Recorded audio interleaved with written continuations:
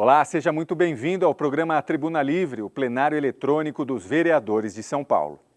Neste programa, o cidadão paulistano acompanha os discursos dos seus representantes na Câmara Municipal de São Paulo sobre os mais diversos temas, sempre relevantes para a capital paulista e para o Brasil.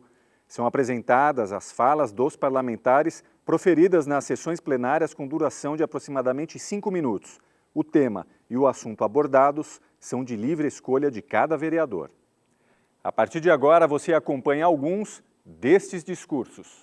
Venho aqui nessa tribuna hoje para lamentar mais uma vez a situação que tem passado a nossa cidade de São Paulo, principalmente a nossa querida Zona Leste, na questão das enchentes. Não é novidade para ninguém que nosso mandato atua muito nessa área e teve contato com isso lá atrás ainda, em 2018, na região da Vila Itaim, na região da Vila Seabra, onde a gente se deparou com algumas ruas daquele bairro, Tite de Lemos, Simão Rodrigues, Estrada da Biacica, Serra de Gromombol, com a água 1,5 metro de altura na casa das pessoas por mais de 90 dias. E era água podre, água de esgoto, água do rio Tietê, as pessoas não conseguiam sair para trabalhar, chegar do trabalho, criança não ia para a escola, não voltava da escola, caminhão do lixo não entrava na rua. Aquilo me chocou tanto que fez com que eu atuasse mais na área das enchentes na cidade de São Paulo. E lá, graças a Deus, a gente começou a lograr êxito, teve vitórias importantes lá. O prefeito Ricardo Nunes foi lá, deu a atenção que aquela população precisava. O secretário Alexandre Modonese não tem palavras para agradecer a sensibilidade que ele teve com aquele povo. E as obras lá avançaram. E mesmo chovendo muito, ainda sobe um pouco de água, mas é porque está chovendo muito. Não chega nem a passar agora, nem perto do que acontecia. E outra diferença é que agora a água baixa, né? Antes a água ficava 90 dias na casa das pessoas, agora a água, quando chove muito, ela sobe um pouquinho. O último relato que eu fui lá, moradores me falaram que não entrou na casa de ninguém, ficou ali no meio fio da calçada, mas ainda tem obras por fazer lá, inclusive a Secretaria de Subprefeituras lançou um edital para a construção lá de uma espécie de polder, mini polder dentro do parque da Estrada da Biacica. Lançou esses dias agora, e essa obra vai solucionar o problema ali da região da Vila Seabra, região da Tite de Lemos, e é isso que a população espera. Mas a enchente não se restringe, infelizmente, lá, senhor presidente. 2016, quando o vereador Ricardo Nunes era relator do orçamento na Comissão de Finanças, eu mesmo falei a ele da necessidade que a gente precisava colocar no orçamento da cidade para a construção de um piscinão em Itaquera.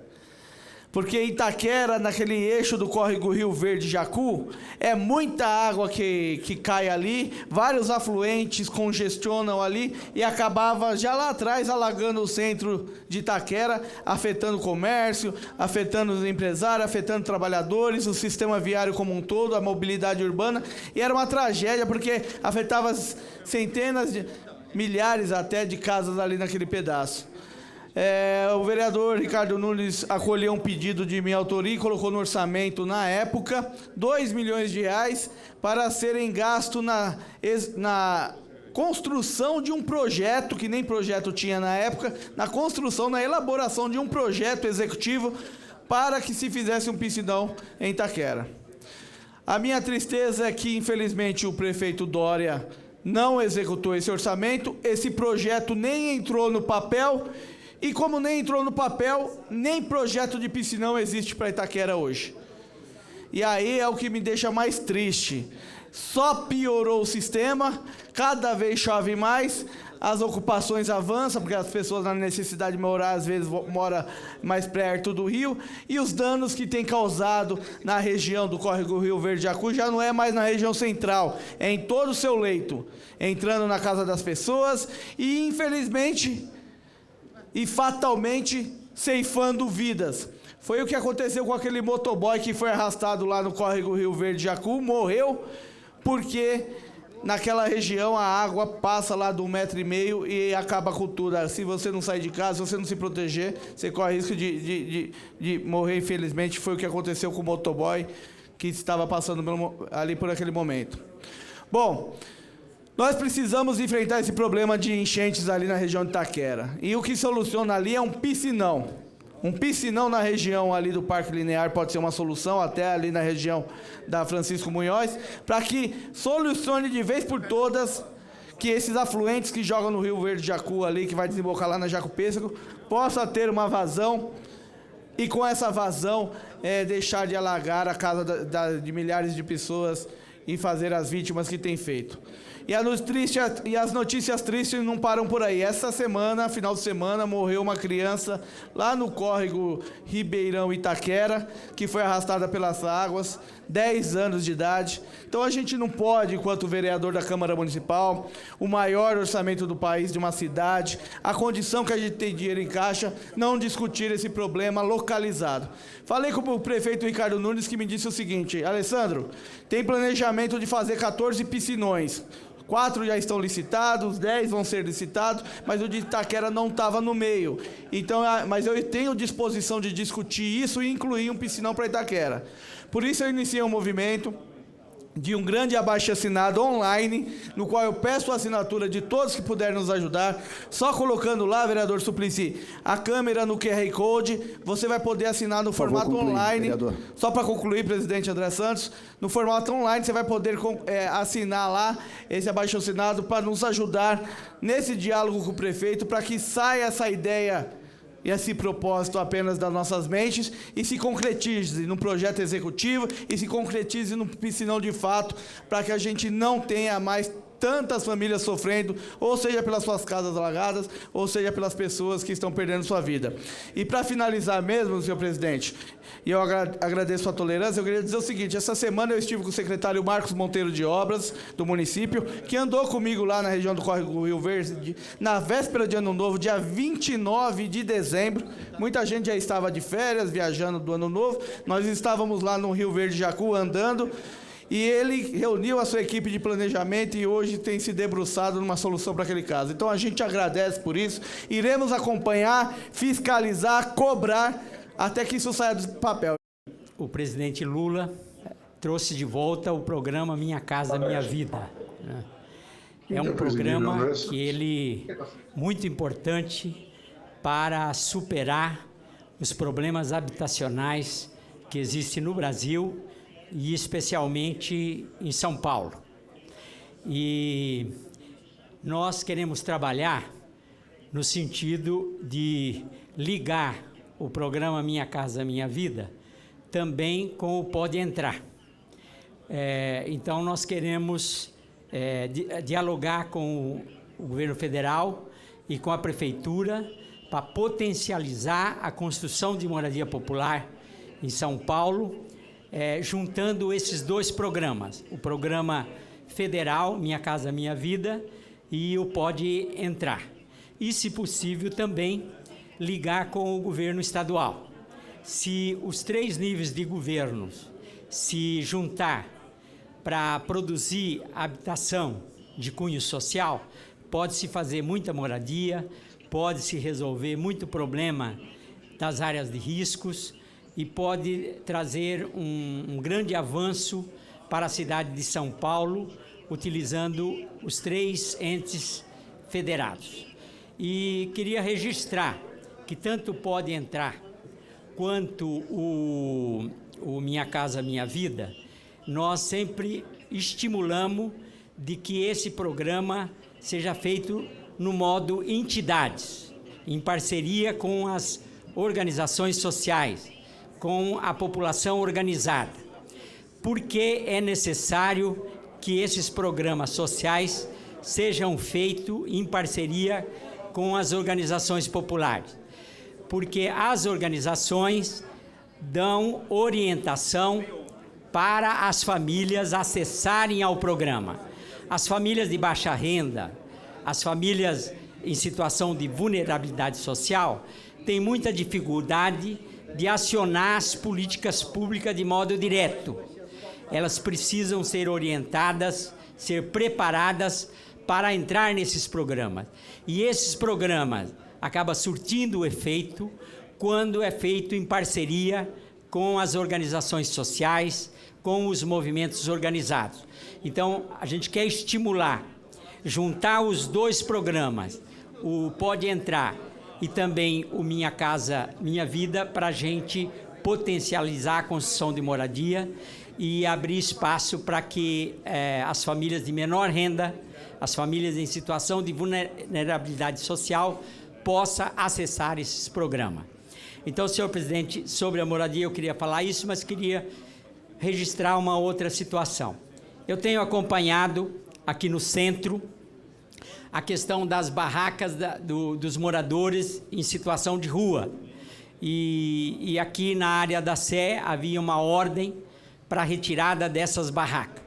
Evidente que essas barracas não é uma solução para a população em situação de rua, mas ele é uma redução de danos. Então, a gente queria recomendar que evitar de retirar esses abrigos precários da população em situação de rua. Enquanto elas não tiverem um lugar para ser atendido de modo apropriado,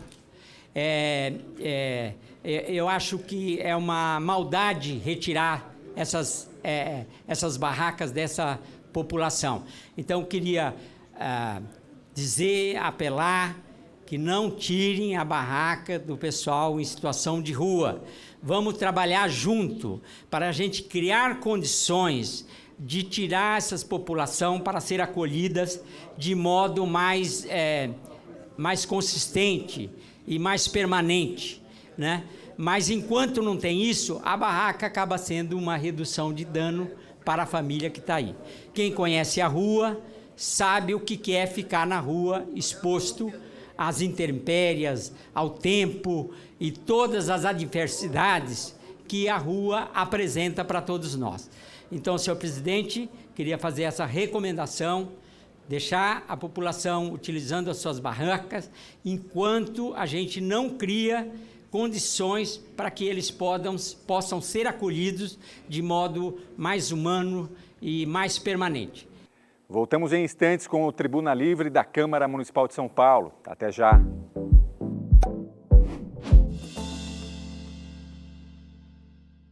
Você também pode acompanhar outros discursos dos vereadores no canal da Câmara Municipal de São Paulo no YouTube.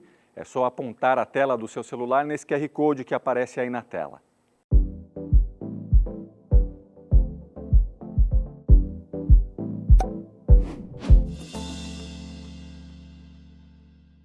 Olá, estamos de volta com o programa Tribuna Livre. Fique agora com mais discursos dos vereadores de São Paulo.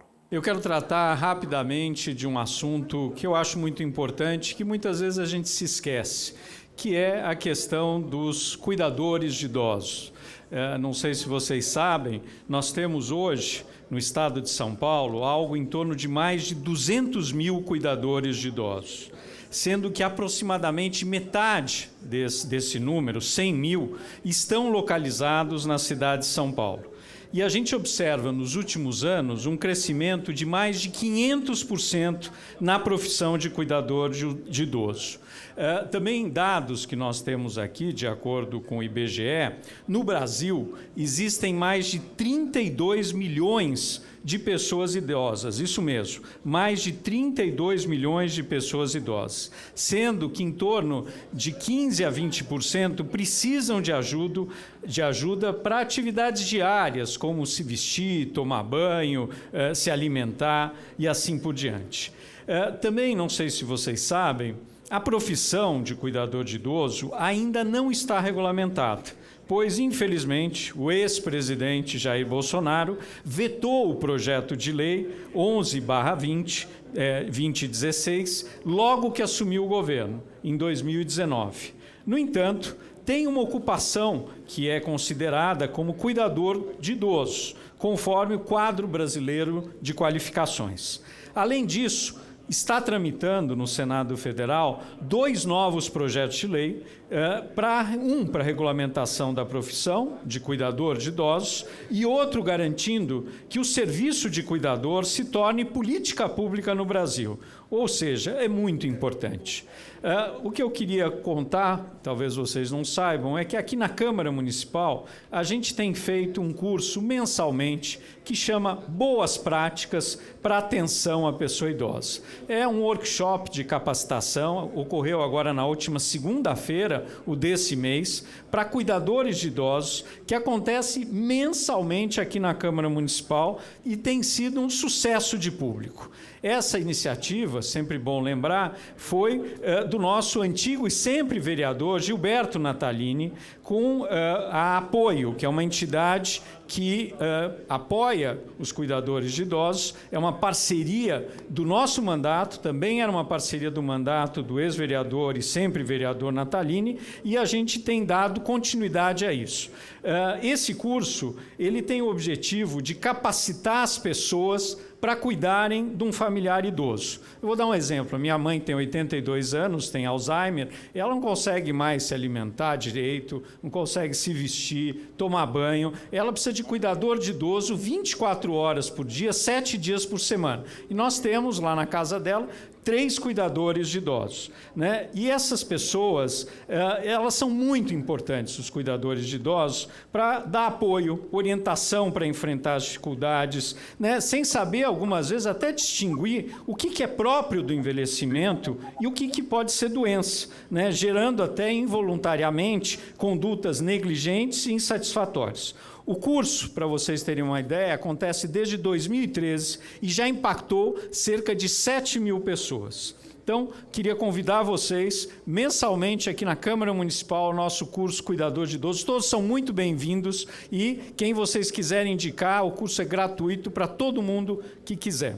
E nesse tempo que me resta, eu queria falar um outro assunto que eu acho da maior importância, que é, a gente tem visto aí vários problemas da cidade de São Paulo, e eu queria tratar um pouquinho sobre o modelo de gestão da cidade de São Paulo. Não é mais possível a gente ter o modelo que a gente tem, a gente precisa de uma cidade mais descentralizada e mais participativa. Toda grande cidade mundial, Barcelona, Paris, Nova York, são cidades descentralizadas. Aqui em São Paulo, infelizmente, ao longo das últimas gestões de todos os partidos, a gente mais centralizou do que descentralizou. E assim como falava, tanto Franco Montoro quanto Luiz Erundina, a gente precisa ter uma gestão descentralizada e participativa. E, para isso, nós estamos convidando a todos que a ideia, no segundo semestre desse ano, a gente fazer um grande seminário para discutir aqui na Câmara, de forma isenta, de uma forma técnica, como seria uma gestão descentralizada e mais participativa. Eu acredito muito nisso. Acredito que se a gente não mudar o modelo de gestão da cidade de São Paulo, a gente não resolve grande parte dos nossos problemas. E, por isso, acho que todos nós precisamos nos envolver, todos os vereadores e vereadoras, e principalmente a sociedade civil, para que a gente tenha essa gestão de fato participativa e descentralizada. E eu gostaria de falar aqui nessa tribuna no dia de hoje, são 2 assuntos, muito rapidamente. Em primeiro lugar, eu até pediria aqui a assessoria, o João, puder me ajudar a exibir algumas fotos, porque eu já venho a essa tribuna há alguns anos. Vejam bem, e olha, é deprimente, mas eu tenho que falar, há alguns anos eu subo essa tribuna para reclamar de uma situação que ocorre lá no Céu Perus, para ver como é o descaso dessa administração do prefeito Ricardo Nunes para com a educação, para as nossas crianças e para com as pessoas com deficiência. Por quê? Olha aí, essa é uma foto de um elevador do Céu Perus. Esse elevador está quebrado, vejam bem, desde o ano de 2019. Vou repetir, desde o ano de 2019. Já subi essa tribuna, já acionamos o Ministério Público, o Tribunal de Contas do município está lá. Essa é a bomba do elevador, está aberto ali, tem água, tem problema de dengue, leptospirose para as crianças, e o elevador está parado, está quebrado. E o pior é que nós temos ali no Céu Perus, esse é o ambiente do céu, nós temos uma EMF com 800 alunos e temos uma EMEI com 500 alunos. Então, são 1.300 alunos nessa parte do céu que não conseguem ter o acesso ao primeiro e ao segundo andar, senão através de escadas ou o elevador. O elevador está quebrado em 2019, então as crianças com deficiência não podem acessar esse equipamento. O que fez o prefeito Ricardo Nunes para resolver o problema? Pegou as crianças, transferiu as crianças para longe das suas residências, tirou do céu. Mas nós temos também educadoras e educadores com deficiência. Nós temos lá o caso que eu trouxe aqui do professor, vereador Salles, o professor que tem dificuldade de locomoção, os alunos auxiliam todos os dias esse professor a subir as escadas e ele fica lá no segundo andar para dar suas aulas, ministrar suas aulas, e as crianças levam água, levam a refeição para o professor e ele só sai de lá à tarde com a ajuda dos alunos. Essa é a situação que nós estamos vivenciando no Céu Perus. E aí eu pergunto para o prefeito Ricardo Nunes, qual é o problema de consertar esse equipamento? 4 anos, 4 anos, não é aceitável essa situação. Qual é a dificuldade? Não temos recursos financeiros na cidade de São Paulo? Não, não é possível. Nós temos 34 bilhões de reais guardados no caixa.